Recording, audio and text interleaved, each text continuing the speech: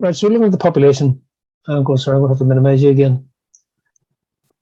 So the UK as a whole, 67 million, of that 56 obviously from England, which is by far the biggest sort of country within the grouping. Wales 3 million, Northern Ireland just under 2, and Scotland 5.5.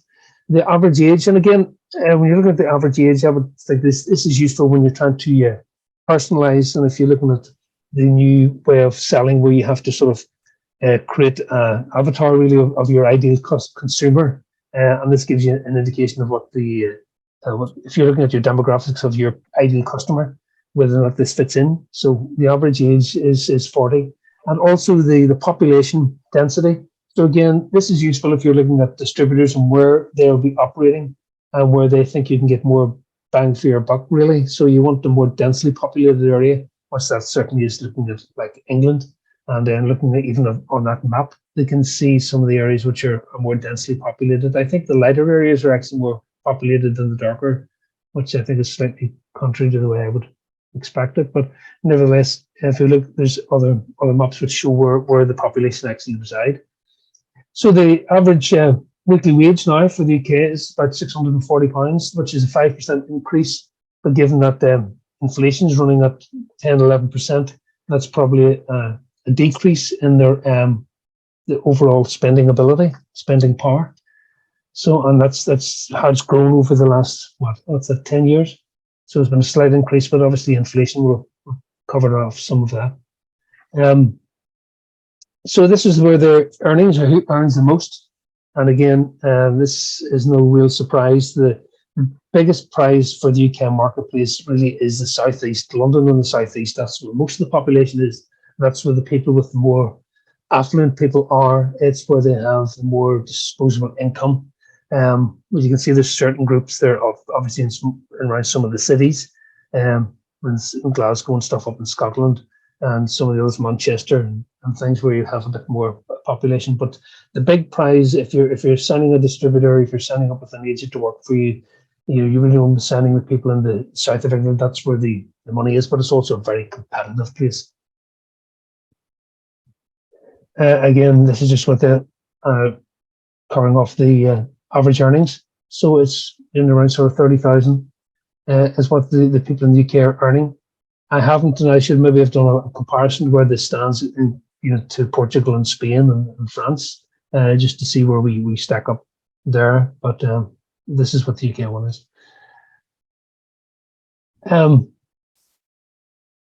So looking at the spending, and this is, I think this is percentages of household expenditure on food and drink. So you can see both it's going up. Inflation will take some of that. Well, probably most of that's an increase, I'd say, in value, because I have another slide later on which shows you the volume is actually decreasing, even though the spending's going up. But I think that's the same across all markets. That's not unique to the UK market. And we can see here, I think this line, this turquoise line here, showing the alcohol, which took a dip once we all went back to work. Yeah, really. So that's when we came out of lockdown and working from home. That's the dip, but it's coming back. It's coming back. You can see, but again, that's inflation is probably powering that judgment. But again, and this is average weekly spend for food and non-alcoholic drink. This is increased up to 2021. So yeah, the inflation started to kick in. We're at 22, so it's maybe just an increase in volume there. Not so much inflation really was 2022, if I remember correctly. But again, so the average spend there is just £120 a week per household. And this is the concerns. If you're in the area where you're trying to talk about sustainability and trying to make yourself more eco-friendly, I was at a job. I think looking at jobs within the borough, within the local council area I'm in here, and we're looking at what companies are doing to promote themselves as better employers, and they were using sustainability and looking after the environment as one of the areas that they promote themselves to encourage workers. So I would imagine people would use the same areas to promote themselves if they want people to have a friendly, warmer attitude towards their products. So this gives you a bit of background to that. So food waste, the amount of sugar in the food, the animal welfare, how the products are created. The amount of salts, which is obviously a lot of the healthy food trends are still there, whether or not there's hormones and steroids, antibiotics. I really don't know what the labeling is for each person's products, but you can see that these do strike fairly highly within the consumer, that they are aware of these issues and they are concerned about them. So if you have some health benefit or something on your packaging that sort of flags your product up to say, we're looking at this, we're aware of this, we're reducing salt, we're not harming animals or anything like that within our food. That is a bonus, and that will be something that would stand you well, if you're looking at new packaging going forward. Again, I thought this would be interesting just to see the number of companies. I mean, again, it's difficult because you've nothing to gauge it with. You've nothing sort of barometer to sort of say, well, what's my local market like? But this is the market. What the other companies who are operating within this marketplace who may be your competitors, and it's the number of on the left hand of the screen. Then you have the number of companies, meat producers. You can see the list yourself. Small number there in the oils and fats, high number in bakery, other food products. Obviously, that could be many things. I don't know where we're looking at some of the products. I mean, whether the sort of beverages, the coffee come in there, the drinks will come in there, where the pre-packed meals come in, what area. But again, it just shows us how competitive your marketplace is with other companies working within this area. And again, this is what they're contributing to the overall sort of economy of the UK. You can see, well, again, beverages, huge. It's obviously, but they're going to get a lot of the cost that, whiskey and different things, 35, 40 pound a bottle. It's going to drive that up. It's not even per units. It's just to the actual retail price of it. It's contributing to that. But I'll certainly share this afterwards if you want to look at it in more detail, just to get a bit of flavor of what the competition is like within this marketplace. And again, this is another, on the right-hand side of the screen, this is another area looking at some of the concerns that the consumers have about food. And I think it's fairly similar to the last one. Right, so I just thought this was useful to include because, okay, it's showing you the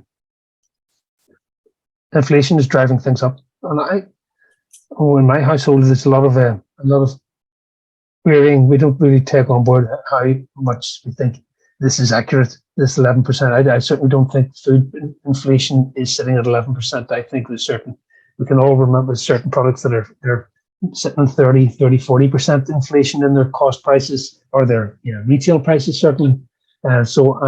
This is maybe the overall inflation figure, but pockets of food are higher than that. But also then try to put a bit of optimism within it, the presentation. These are products that succeeded in the last recession, the last downturn. And you can see there is a recession is just, okay, the economy is changing and there's going to be areas that are going to be impacted, but there's also certain areas that maybe see growth within a recession. I'm old enough to remember several recessions now, starting from my first recession in my working life was probably in the early 80s. So I cover a lot of time and there is opportunities within difficult economic times. It just depends on the product and it depends on what niche or area you're targeting. So I just thought it was useful to look at some of the products that in the recession, they're saying if from 2007 to 2014, this is the growth that these people seen through the last economic crash. So it just gives you a flavor, and you can see that's respectable growth there, 10, 13%, some of them 9%. So it's respectable growth. So growth can be achieved even in difficult times is the reason I've put that slide on. So financial well-being, you can see we felt more comfortable, we felt better off. Strangely, we felt better off over lockdown, and as lockdown ceased, then our feeling of well-being has tailed off. So interesting what our thoughts, maybe people weren't out about as much, weren't spending as much, they were saving a few quid, whatever. But anyway, this is the graph showing the financial well-being increased and then decreased. What people are doing now because of the change in the budgets, they're looking at stocking up a particular brand when it's on special. going to cheaper brands, just cutting back overall on their budget, shopping less frequently, and that obviously will then reduce your impulse purchases, change to a cheaper retailer. None of these, which is considerable, is 23% of people are making no adjustments to their spending. So that's those who responded. 23% are saying, yeah, I understand, but either I'm affluent enough that it doesn't really impact on me, but I'm making no changes to my spending. I would imagine, the UK is not that much different than the rest of Europe. So a lot of this information that's giving a colour or a flavour of the marketplace would be similar to the rest of the markets that you're currently working in. Now, the thing with this is something that's very UK specific, is how emotionally driven the marketplace is. Now, you've seen that over the last 15 years, promotions would have been something you don't want on a side of it was a driver, but now it's probably a mainstay where the competition for good competitive pricing within some key product ranges is quite high, and people will then, because we have so many diverse sort of shops, they'll just shop basically off the specials or off the brochure. So if they have a brochure that says these are the specials in our store, one week you'll be at one store buying them, next week you'll be at somewhere else. But the UK, certainly that 24% is the amount of shops or sales that are gained through promotions is quite high compared to across Europe now. So it's probably sitting 15%. So it's a good 10 percentage points higher. That's difficult. I know maybe Mervyn can enlighten us more about how much the buyers are trying to drive that. I know the margins obviously are cut when you're working on promotions. So it's, but having said it, it's driving footfall, it's driving people into the marketplace. I think the way promotions are viewed at the moment within stores, a lot of the bigger retailers, the Tesco, the Asda's, are trying to retain their customers. So Tesco promotions now are driven by club card members. So you have to have that loyalty card, and you'll only be able to take advantage of those promotions if you have that card. Asda are trying to do something different recently. So most of the multiples are trying to change what they're doing promotionally. 5-6 years ago, everything would have been a round pound or just a fixed pound on an end, a promotional space. And now that has changed where there's a much more diverse group of products on an end. So there are more opportunities to promote. And I suppose with the likes of Asda are now doing what they call rewards. They're doing cashback, actual money into a pot that you can spend rather than just a saving on the day. So there's a lot of change, but they're all very much driven by people, retailers, large and small, trying to retain their customers. Loyalty cards are the key thing. I was reading a bit of information on the Tesco's and how they'll target that, so they will know the individual spending profile of each customer. So then they can turn around and highlight certain. So if you're not buying your red meat from them, they can turn around and say, "Hey, are you aware that we're doing our meat at this price?" So they can direct their promotions to that to try and increase, or they can, they have so much information, and artificial intelligence, AI computers now will be able to highlight who do we need to send this information to and when do we need to target certain customers. So there's a different world we're moving into with AI and the ability for retailers to be able to look at the granularity of what they're doing.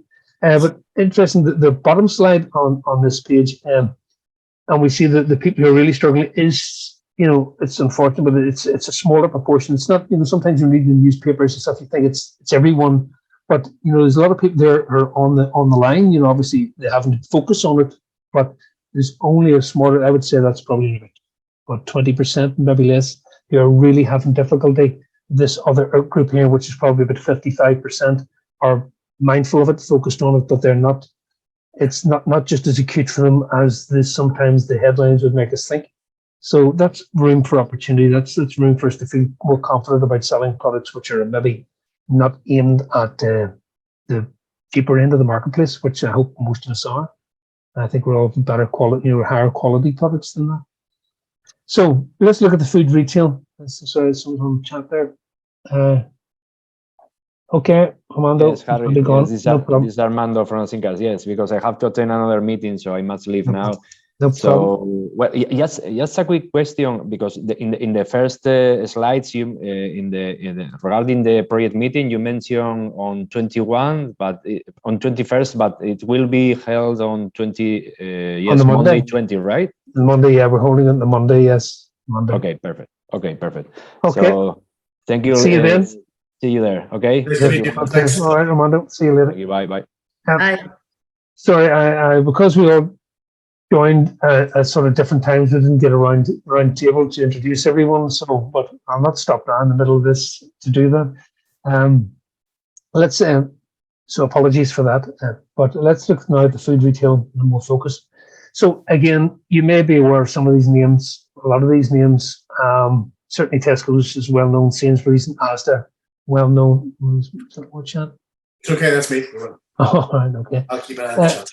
Okay, so right, so the Tesco and Sainsbury's and Asda are the three largest within the UK marketplace. Morrison's, which is a regional store, I don't think they have any other, certainly within the European. You may not be aware of that. Morrison's would pitch themselves maybe at the lower end, pricing wise. The Sainsbury's would be Sainsbury's, M&S, and Waitrose at the sort of top end, thinking themselves trying to be more affluent. Although Sainsbury's are probably trying to change their profile. A lot of even M&S are trying to change their profile to include more economically beneficial products, as opposed to just being seen as top end, trying to capture a bit of that. But so this is the breakdown. You can see that we do also have the discounters, which are considerable and growing. The Aldi's and Lidl are considerable force within the marketplace, and they certainly may not be the largest, but they're driving sentiment. Really, a lot of people are looking at what's happening there within their stores and trying to emulate that and trying to safeguard against any hemorrhaging any customer base to the discounters. So that's what's happening within the marketplace. Consider that this 14.6% of others, that's at smaller stores, and certainly within Northern Ireland here, we have a group called Henderson's, which operate under the Spar brand, and we also have Musgrave, which have their own SuperValue and Centre brand, which locally would command a considerable part of the marketplace, but they wouldn't show up on any UK registers because they're probably small, because they're looking after a smaller marketplace of 2 million. Even though they're dominant here, they wouldn't impact across the UK. So this is looking at the store numbers and the sort of stores they have on the ground. And you can see Tesco's by far at the top with 4,000, just under 4,000 stores. Sainsbury's 1,400, still considerable. Morrison's, which I said is a local sort of retailer that you may not have heard of, 1,600, still a lot. Co-op, which is considerable, and these wouldn't be larger supermarkets, and were more sort of medium to large sized convenience stores is the sort of size I would pitch them or describe them as. And then we have newer players coming onto the marketplace, this B&M, and we have now Home Bargains, which is another one which is moving in, which haven't registered so far on this study. So again, this is to cover off, because I was looking at two different marketplaces. This is a different reading from another, here's the Euromonitor and Mintel, but you can see the sizes are all roughly the same. The dominant players, Tesco's, followed by Sainsbury's and Asda. That's the top three you want to be looking at. Or you have your Marks and Spencer's or Waitrose at the other end, where they're trying to be high level, high quality. But Marks and Spencer's a bit different because they're also own branded. So unless you're into making own label, that may be a difficult area for you to capture. So looking at the stores by channel, and there is a slight change in an evolution going on. I'm sure it's probably the same across Europe, but certainly in the UK, we're getting less supermarkets, less of the larger stores, and more convenience stores. And this is the ability of convenience stores to be competitive in their pricing. Now, the local retailers, certainly within Northern Ireland, whether it's Spar or Centre, and I'm sure it's probably the same within the greater UK, they'll have three different levels. So you'll have their supermarket, which will have a competitive price. Then they'll have their convenience store, which will have another price. and then they'll have this sort of food offering store that they would put in a filling station or something, and that will be a different price. And they'll price their products differently depending on where the store is situated. And those sorts of stores are all fitting within this pinky red block here, was showing a growth of this convenience. And you may see it within the marketplaces where this is going, where people are traveling home from work, or just it's closer to the urban centres, closer to where the people live, where they'll just nip out and buy something convenient for tea or something on the way home from work, or wherever they're doing, if they're doing something in the evening, as opposed to going to a large supermarket for their main store or the main shop. So you'll see an increase in this, and you can possibly then get a higher premium in these stores for your product. So you can see there is a growth in it, and they predict that this is going to continue, that the convenience stores are going to continue to take more of the share, and the supermarkets are going to either stagnate or recede, possibly. That's the larger supermarkets I'm talking about. So again, this is similar, sort of looking at their sales. So it's just a reiteration of what I just said about who are the main players. But this one, you can see Spar International does show up, and the other Musgrave, as I've described, which are local to us here. Amazon, the new player in the market, and Amazon obviously seeing great growth here at 28.4% growth. But again, obviously it's working from a very small base. Now, I was in England a few weeks back, but I didn't go into the Amazon store. And I'm very keen to go into the ones in central London where because they're looking at the new way where you don't even pay it. You're registered with them, and then when you go in, it just it allocates what products you pick up and charges you accordingly, and you walk back out. So there's no cash register as such. And I'm very interested to see how this works. Then how secure they think this must be. But obviously, it's the US. They're removing the need to actually even stop and pay for the product, which is very innovative. Certainly risky. So they must think that their face recognition and their ability to monitor each individual customer as they move through the store and pick up each product and don't put it back, but put it into the basket and move out. How are they going to accommodate? But this is the area they're trying to move into. So it's an area to watch. But again, they're seeing great growth, but from a very small base. Spar brand is operated throughout the UK, not just locally here. And they're seeing, going to see growth because they focus on convenience stores.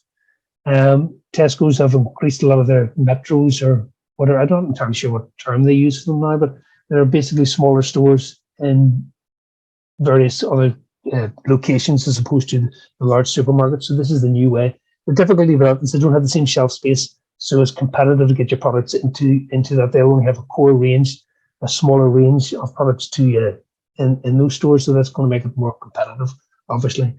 But you can see they're predicting growth right across. I don't see anybody decline. Maybe Waitrose is going to be stagnant there at 1%. Sorry, is that Musgrave? They expect to go 1 shrink.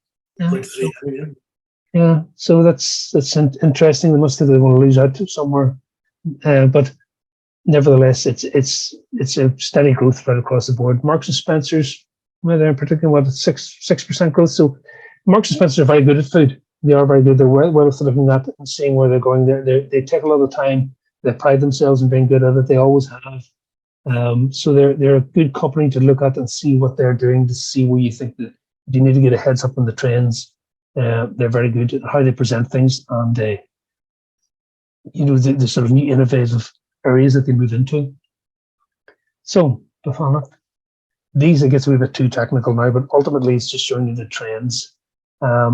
So they're predicting food to grow, and they're predicting, even though we see this decrease, this line here, this darker, I don't know if it's purple, decrease from lockdown on the alcohol consumption to start coming back up. It's down considerably where it was, but you can see non-alcoholic beverages growing, but just small, and food up at 2.8%.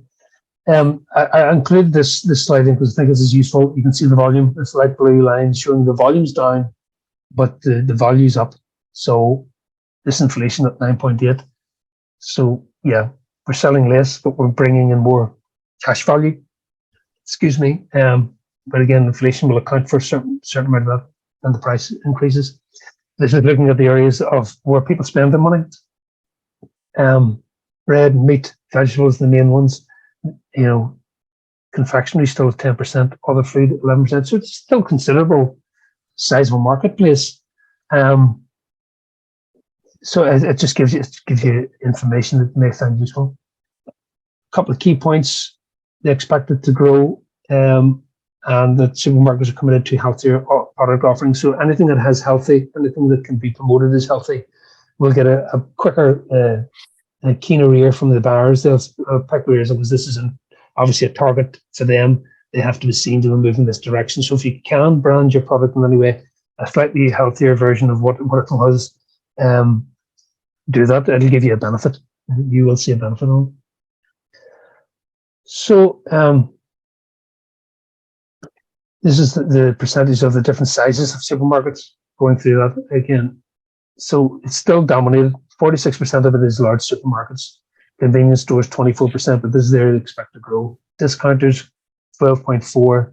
Online 12%, and if you look at historically over the last 20 years, this has grown, I think, from about 4 or 5%. And obviously, a lot more people buying online now. And the specialist areas, so so in fact, I'd say this half year is going to grow at the expense of the largest supermarkets. Is ultimately what you would take from that. Again, this is just covering off what we said. You can just see the growth, the increase in the light blue lines telling you that the discounters and the convenience stores are going to grow. The discounters are green. So this is the convenience stores are growing from 22 to 24% now. The specialists now, I'm surprised that it's actually shown a decrease. I thought that would have been up slightly, but it's all roughly about 5%. So it went down from 6 to 4.9. And this is, again, the demographics of people who are responsible for the shopping. Again, if you're looking at these personas, I was just trying to describe earlier, the personas that you would create for your food offering, trying to target who's buying your product, who they need to sell it. It doesn't need to be more feminine or more masculine in how I describe it. This maybe feeds into that. So I'll minimize that. So who's responsible is the dark blue. I'm mainly responsible, in which age group. So if you're looking at 25 to 44, I'm mainly responsible females, 67% as opposed to 51% of the males.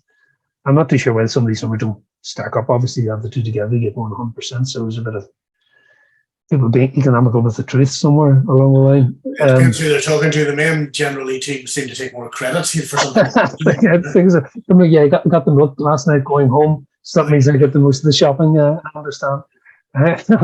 Guilty.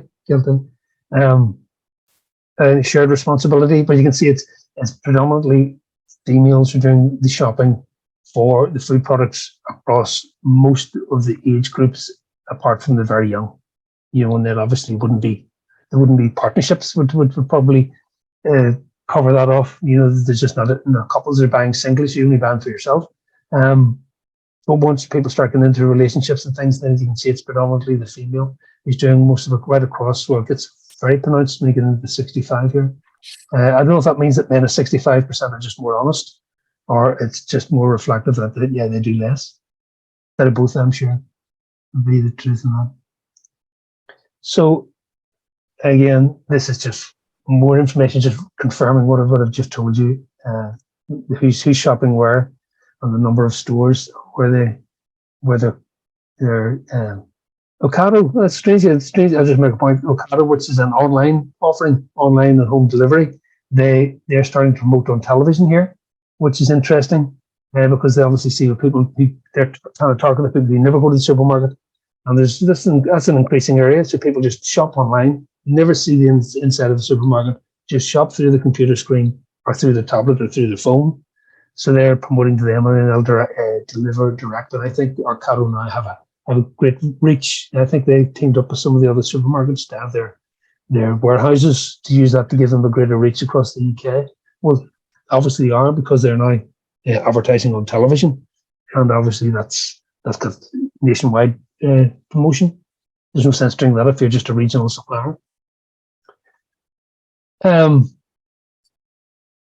I'm just checking the time here. I don't want to waffle on too long. Yeah, 20%. Move on. So this is looking at where we are and trying to compare against the rest of where the grocery discounters are.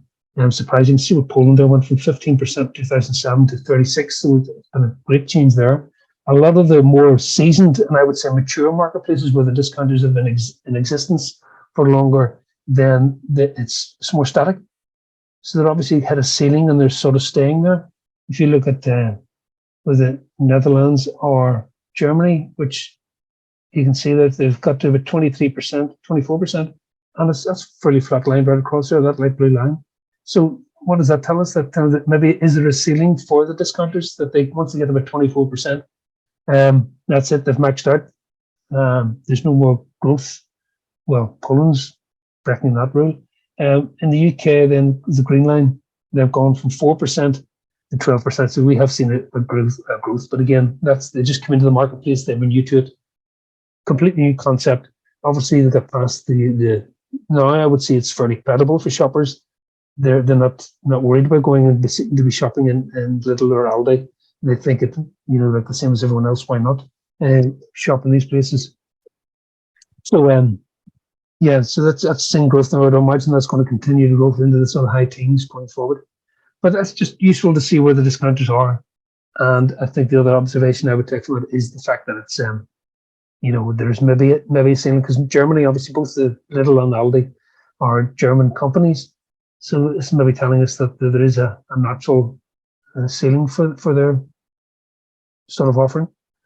Private label. I don't know, because I don't know the profiles of all the companies here, how many are capable of or willing or keen to do private label in their production. But it is a growing area. It is a growing area, and you can win contracts like this. The problem is that you have no brand loyalty, and it's just down to price. And you're either competitive when you're offering, and then they can move on if for some reason you have a discrepancy or some competitor comes along, give them a better price to produce the same product.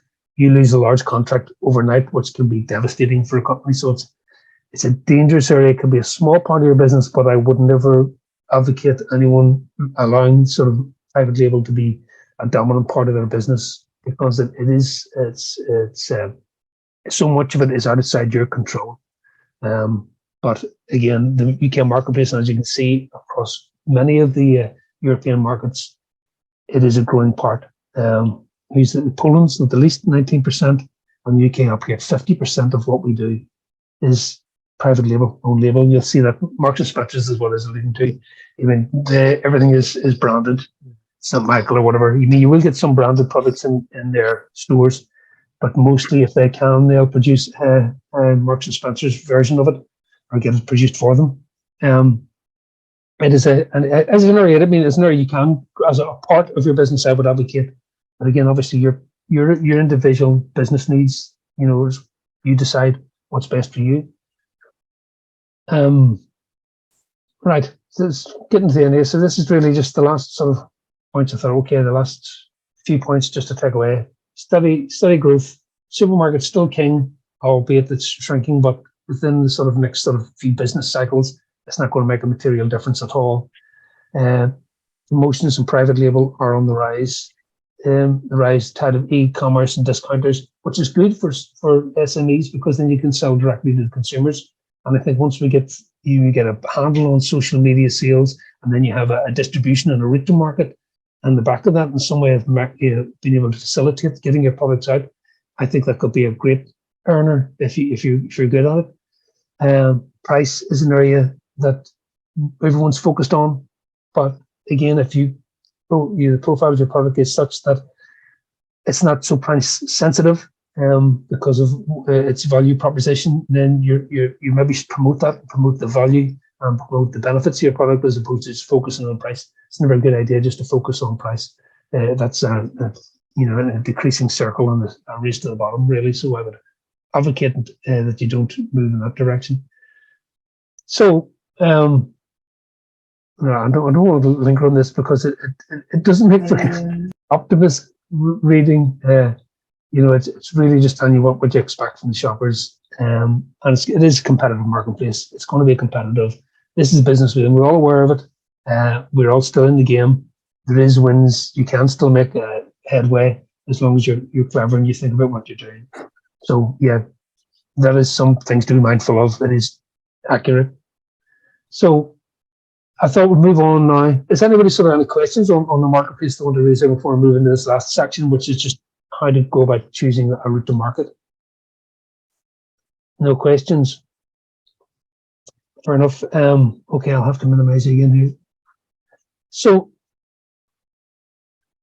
choosing your route to market, I again, because I'm not over all the companies, I don't know what each individual company profile is on their exports, how experienced they are, or what current exports they're currently having. So again, I'm just starting on the basics, to be honest. So you may have gone through some of this, you may have decided what your best way of accessing the market is, but I'm going to go through the basics here anyway. So you have to find, if you want to live in a new marketplace, you have to find how exactly you want to get your products, into that marketplace. Whether you want to sell it directly to the stores, sell it to the specialist supermarkets, or try and sell them to some of the others, the Waitrose or Tesco's or any of those companies.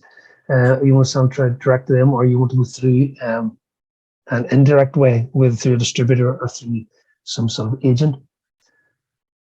So I would just say that if you are choosing a distributor or agent, some of the key things is that you seek references from them, that you take a lot of time to understand them. I've worked with companies where we have represented food products, and it's not because we're trying to shortchange them or anything, but if you're dealing with a company and they have 4,000 or 5,000 lines within their product range, and you're just one, it's very difficult for them to focus just on your products because they're so busy doing so many other things.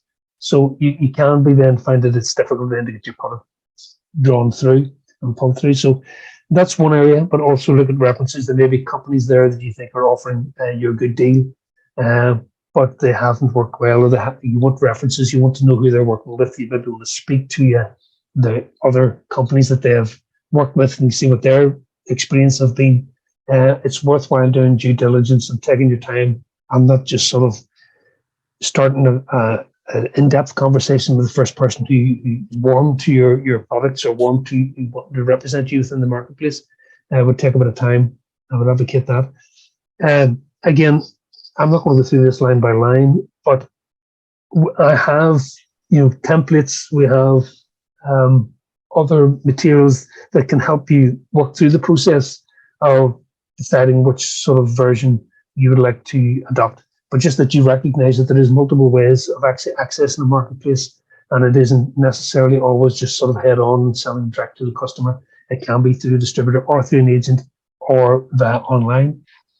But this is just going to highlight some of the pluses and minuses of each of the options. So the direct model, you can see you have control of sales. You're speaking directly to the shop or the store.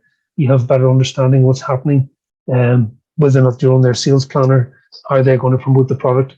And obviously then you're maintaining a better part of the sales, the profit, by not having a third party involved in it. Direct relationships. The difficult thing to worry about would be the geographic differences, your language differences. I think we're all very, it's wonderful for people in the UK because most of the people within Europe speak so good English. And that's to our benefit, that we can communicate so well. But a lot of this stuff was maybe created for people trying to sell the other way. Maybe not sort of fully conversant in Spanish or Portuguese or whichever. But again, if you're selling into marketplace, you have to take time to understand that when you're selling at a distance, you will have to visit the marketplace. You will have to go and do store audits, either yourself or a third party will have to do the store audits, because you don't want to be making an agreement with a consumer or a customer and then not have any way of verifying whether or not they actually place the products in the shelves. We had a phone call recently from a local Northern Ireland company, and they'd signed an agreement with someone within France, and they had 600 stores, but they had no way of verifying, whether or not what was agreed at head office was being rolled out across the stores. So they were trying to employ someone or find a third party that could offer this sort of service to them to do the store audits on the ground for them. So that's an area, and it's a cost that you don't always recognize or appreciate. So again, distributor agent, you're familiar with a distributor will be someone who already has a range of products and can and a range of customers. An agent will be someone who can take your products and maybe just represent you locally in the area and have a customer base because they have historically worked in that area and they have good range of contacts that they can boost you up the ladder. You're not going in cold trying to establish a relationship with someone from left field, which is very, very difficult to get, to get in once, when it's just a complete cold call. You'd have to endure, you have to be persistent and from that area to get through. But so you have, distributor and agent, both different options. And when we're at the show here in the next few weeks, you will see evidence of both. So you can, I would say, record, make contact, engage with people, but analyze what they're offering and analyze who they're working with and see how well that works with your particular profile. So again, and not to go through this line by line, but I will share this information. And if you are considering signing up a contract with either distributor or agent, do look at this because it is key points that you will want to understand, which make life a lot easier if you've negotiated it at the start and considered it at the start, that you do sign up an agreement with someone who's credible and has a good history and can deliver what they say and will deliver what they say. And they're not just trying to encourage you because they think it's a good product line, but ultimately they may not be the best person to service your product because it's just not for their customer base, and just you lose time basically. So again, there's a few slides in that looking at the differences between them. I think most companies here, this isn't our first rodeo, so you probably are aware of the differences between distributors and agents. The costing is one of the key ones for distributors, is that you have to build in exactly a sizable 25-30% margin into your retail. So your product has to be able to sustain a high retail price point to make this work.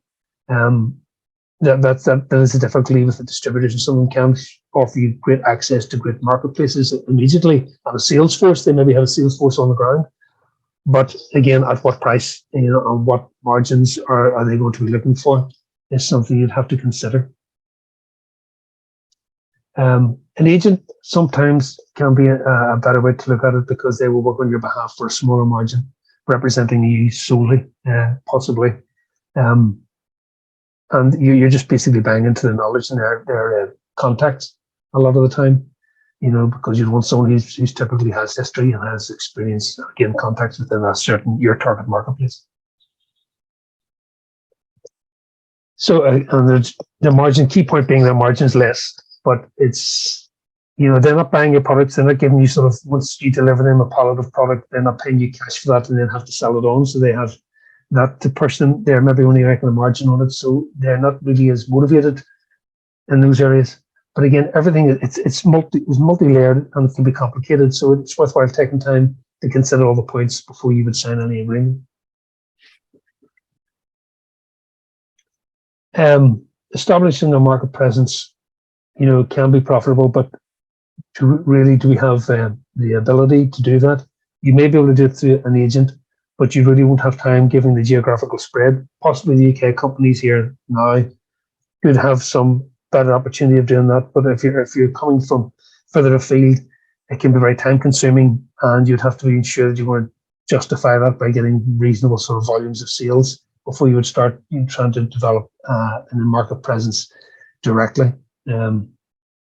It's you can do franchises and different things, but it's more complicated. So this is just a one-page snapshot of all the different variations of what I've just said, just to complicate you more and confuse you more. It's just showing you, in a simple graphic of how each of those offerings can operate, and some of the key points in it. Again, unless I would know, unless this is not something to talk in group because it would just take too much of our time.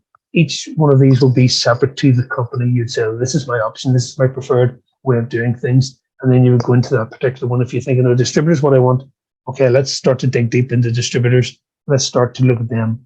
And that's probably one of the distributors and agents are probably the first ones. E-commerce is in other areas. Social media marketing and all that is a different area altogether and can be multi-layered also. And some of you will probably already have some sort of social media activity going on. But again, you need to have good logistics support under that to be able to get your products to market quickly. I don't know if it's if it's time sensitive, if you have a fresh product that has only a certain shelf life, whether or not it's very viable or could only in a smaller region, or so it becomes more complicated once you look at your specifics. So I'll not get into it in too much detail, other than when we do the one-to-ones, we can maybe look at this in more detail if that is your preferred preference, to analyze that and to highlight some of the advantages and disadvantages of each of these sort of offerings. All right, useful tips. So I think this is useful irrespective of whether it's an agent or distributor. What you need to look for. Look for recommendations, which is key, and it's fairly easy to do. Just look at their website, see who they're dealing with, give them a call and say, how are they? Is some companies will be open enough to say, yeah, I have a great experience, or some will say, well, I find it difficult to get pulled through my product. I find them difficult. They've bought so much, or I've been dealing with them 6 months and they haven't hit the targets we agreed. I've been tied up, and I can't talk to another distributor in that area because I'm still on an exclusive agreement with these guys for the first 12 months. So, and again, if you can get anything that's legal, you want to review the contracts before you do that. So you want to ensure that you're not tying yourself up to something that's going to cause you pain or jump out of the woodwork and cause you pain later on the relationship. How are you going to get your products to market? Now, this is a lot more cost effective, and there is areas, and we can certainly advise in this. There is ways of getting your products across the marketplaces, which is probably cheaper than you think. But it depends on whether or not it's a chilled product. It depends whether it's ambient, whether or not you can store some of this product closer in a distribution hub closer to the market, or whether or not you're having to send it out in smaller job lots. Again, it's specific. It's an area that has to be considered.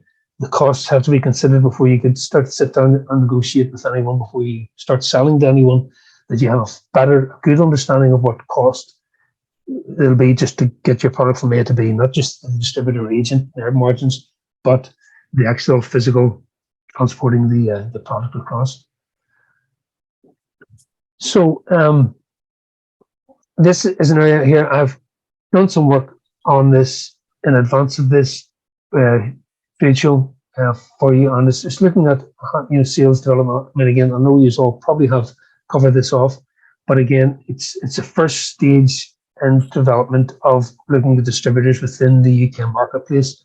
So I've taken time, and we can go through this. That's the template I referred to earlier, which I'm going to share with you, and helps you think a lot of the questions and think them through and write them down. And it may seem boring, and it's counter to the way small SMEs think, because you're innovators, you're people who are impatient to get moving on, and sometimes sitting down and writing strategic plans and filling in all the detail is counter to your personality.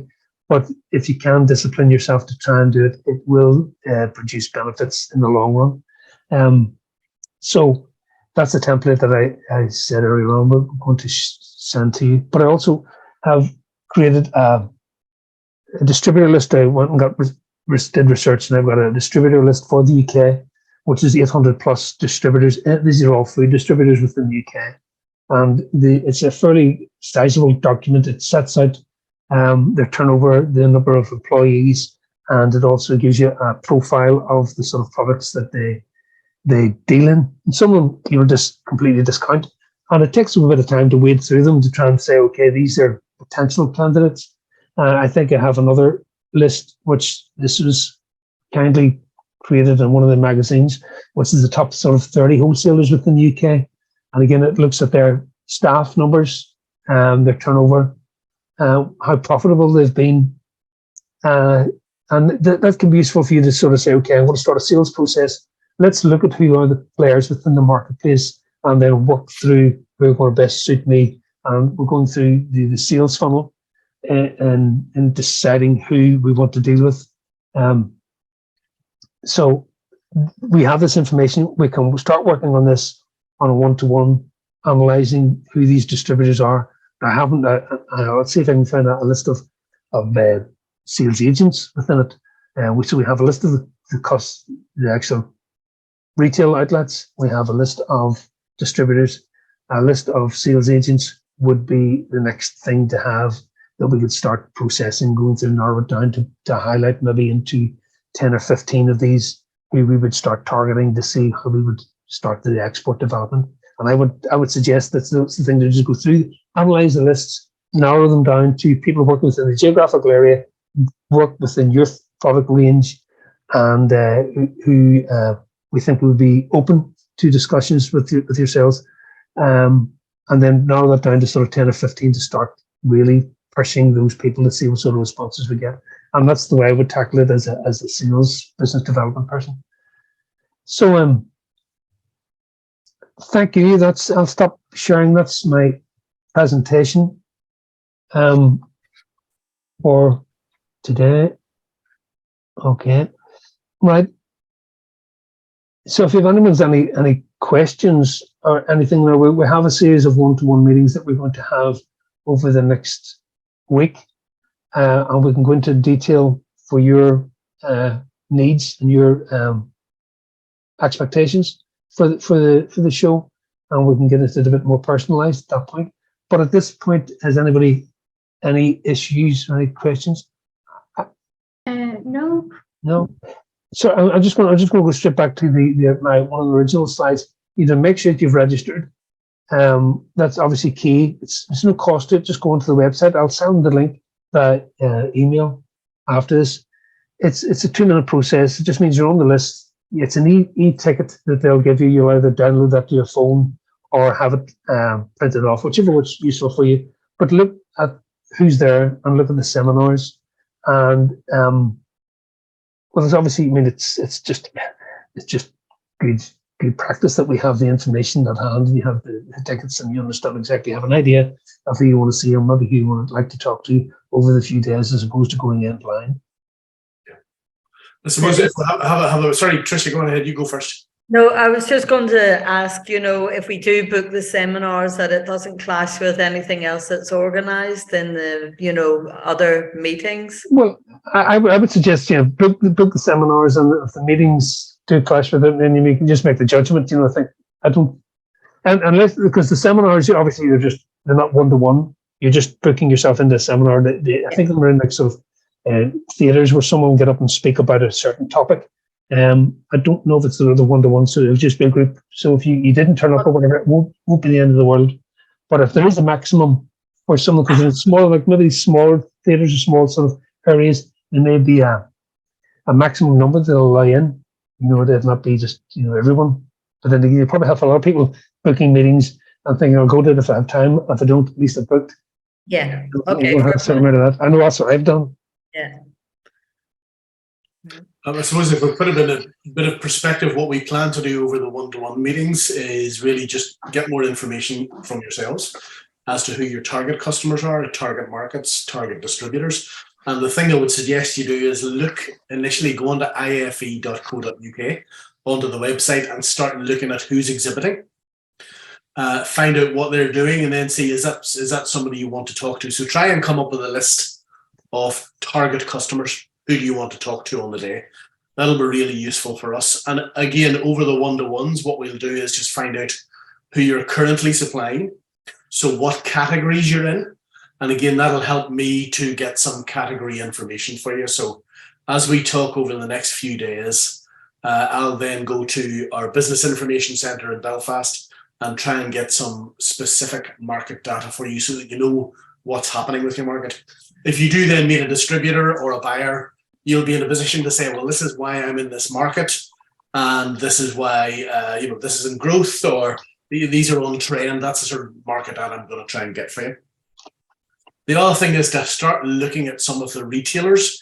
If you do want to focus on retailers, the multiples, the Tesco's, Sainsbury's, Asda, or even the convenience stores, start having a look online now as to what they carry. Do what we call a gap analysis. Have a look and see if there's a gap for your product in their range. All right, that's really important to do, because we'll have a look at that. It may be that they do nothing like your product, which then presents an opportunity to say, okay, well, yeah, maybe they don't have something here. I'll present this as an opportunity for them. So have a look, start to have a look online at the lines that have been carried. Have a look at Tesco, GB, Asda, so on and so forth. And then we can continue that in the study tour, where you literally stand in a store in front of your category and say, okay, what's everybody else doing? What's my competition? What prices are they charging? What does the packaging look like? What do the promotions look like? So you'll be able to do that in store as part of the study tour that you do with Harry as well. So that's really important. So I've spent the last 30 years as a buyer, and I've sat with a lot of people in front of me sort of saying, I'd like you to buy my product. But they haven't come in with the backup to say, I'd like you to buy it because it's on trend. This category is actually growing. The price that I offer will be very competitive.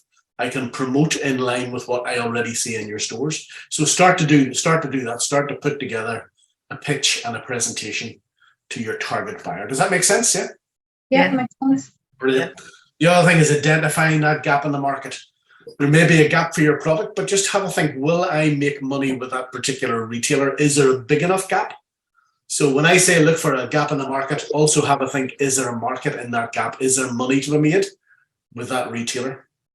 Now, in order to do that, you're going to want to identify who your target customer is, not just the buyer you want to talk to, but what sort of customers shop in their stores. So we all know the people who go into Waitrose and Marks and Spencer's have a bigger spend, a more premium spend. But even the likes of Marks and Spencer's now have recently introduced more value products. They recognize that there's a push towards the lower end of the market, that entry level. So have a think, when you're doing your analysis, where would my product sit? Is it core, or is it premium, or is it entry level? Now, given that you're all artisan producers, I would say it's going to be about premium. So you will be benchmarking your products against the premium range in each retailer. Have a think about where your product would sit and what your competitors do and what they look like. The other thing is try and identify key partners. Do you need distribution? Do you need retailers? So what is it you're looking for? And a lot of that will draw out, as we talk in the one-to-one meetings, a lot of that will draw out just what exactly you're looking for. So by a quick show of hands, how many of you are currently supplying into GB? If you can turn your cameras on if possible. So there's a couple of you already there. So you have a route to market already. So that's one of the important things of having this WhatsApp group as well, is just starting to network with each other. So you guys who are already supplying into GB should be able to help or assist or answer questions for some of the other guys too. And that's why that WhatsApp group is really important. A couple of very, very quick things that I've pulled out. So have a look at the stores or online. You can sit at home and have a look at all of the retailer websites to see what they're starting.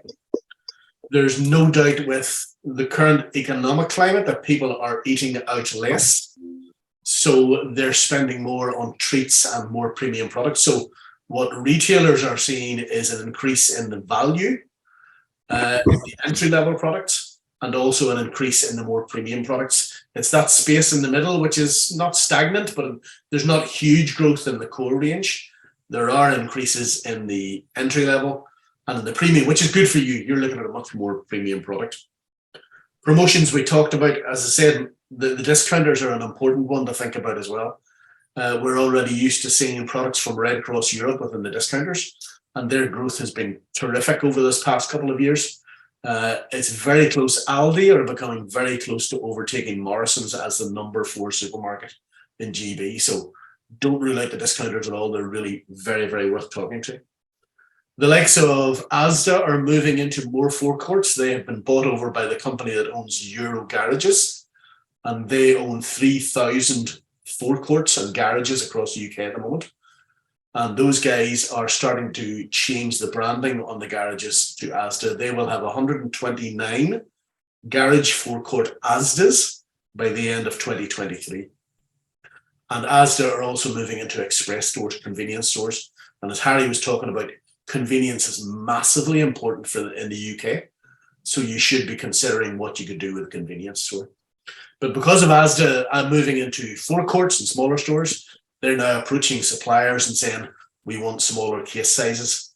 So there's a challenge to deal with that sort of level of business, but have a think about that and have a look at what they do online. The other thing was a lot of convenience operators are now starting to price match the multiples, the Tesco's and the Sainsbury's. So the convenience operators, the Spars and those guys, see how important it is to retain customers as well. So a lot of the pricing you'll see in the large multiples, you'll also see those on the core range and convenience. And then finally, an interesting one at one of the Tesco conferences last week, 52% of Tesco customers are what they call empty nesters. That's just mum and dad left at home, all the kids have left, and mum and dad have now got a bit of money to spend. And that's driving premium sales as well. Now, it's a great place to be. The kids have gone. You've finally got a bit of money. But those are the customers that Tesco are now actually catering to. So there is an opportunity for that more premium spend.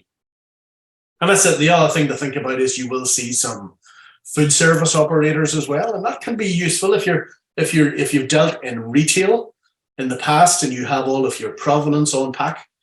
Have a think about what your product could do in food service. So it's what they call a brown box operation. There's no need for all the provenance. It's a cheaper entry into the market, but you do lose your provenance. Having said that, when you deal with food service operators, they don't need 10 high-performing products. They need one. Some of the food service operators here have thousands of customers, and you need one or two really well-performing products in order to capture some of that market in food service. So have a think about that as well. And I think that's it for me. We'll draw more out as we go through the one-to-ones to find out who you're currently supplying and who your targets are within the GB market. So I'm looking forward to those one-to-ones. And certainly let us know in advance if you can, just who you're currently supplying and who your target partners are, your target retailers are. Okay? And I look forward to seeing you over the next few days. Okay, Roberto, you have your hand up there? Yeah. So thanks very much, Harry, for the presentation and also the different suggestions raised by you and Mervyn. I am sure that will be useful for the producers. Just one, I will say, preparatory question. Okay, so I understand that you are thinking in having one or two one-to-one previous meeting with the participants, right? Yeah. So probably it would be great. So considering that we are, so time is quite short for checking availabilities. Okay, I think that it could be great to launch, I don't know if a doodle or whatever with them to trying to fit already the meetings on their calendars. They're already scheduled, yeah. They're already scheduled. The meetings have been scheduled by email. It's okay. So it's already scheduled. Oh, the meetings are already scheduled. They're basically starting tomorrow and then the remainder of next week. Perfect. So I was not updated. So yeah, no comment. No problem. No comment at all. Yeah. I'll be honest, it's been difficult enough to get them when we started a few weeks back. I would hate them trying to start it now. I think it'd be difficult. But yeah, we have all of the initial one-to-ones will be complete by next Tuesday. They will all be finished by then. So hopefully I will be able to have a follow-up, at some point or as we're going through, depending on the discussions. Perfect. So really well answered. No problem. Thank you. Eric, can you please, first of all, great presentation. Thank you. A lot of useful information, and Mervyn, you too. Can you please send me the link to the meeting, to the individual meeting by here? I will send you. I will send you my email. Okay. Because, just in case, in case there's been a drop off or something. Okay, I will write here the email, and if you can share with me, I will appreciate it. Thank you. It's straight away. I mean, Roberto, if you want to copy them for the companies within your area, also on the times, if you want to sit in, it's fine. So if it's already fixed and they already know, that's okay for me, Harry. Yeah, it's just because for this activity, so as you see, Armand is taking also some of the responsibility. Okay, so probably we were not well updated. Okay, but if producer, so we have just one producer from our area. So so if they are already aware about that, that's great. Yeah. Okay. No problem. Right, so I'm just copying the email address there when we're speaking. Right, wow. Right, so yes, well, I have nothing else on the agenda for today. We'll start the one-to-one meetings from tomorrow. You know, and obviously, if there's any issues or any queries, we can just try and work with people as best we can over the coming weeks. Be as flexible as possible because they're online meetings, so it's not so difficult to try and rearrange if it's required. I will just obviously send out an email just to make sure those few points, the registering, getting the WhatsApp group going, and circulating copies of the information that I highlighted at the start. And apart from that, if anybody's any queries, any questions going forward, drop me a line on any issues concerning this. If not, then we'll see you soon, and we'll see you in London in 2.5 weeks, whatever it is. Okay, thank you very much. Thank you, guys. Nice meeting you. Bye. Thank you all. Bye-bye. Thank you. Bye-bye. Bye. Bye.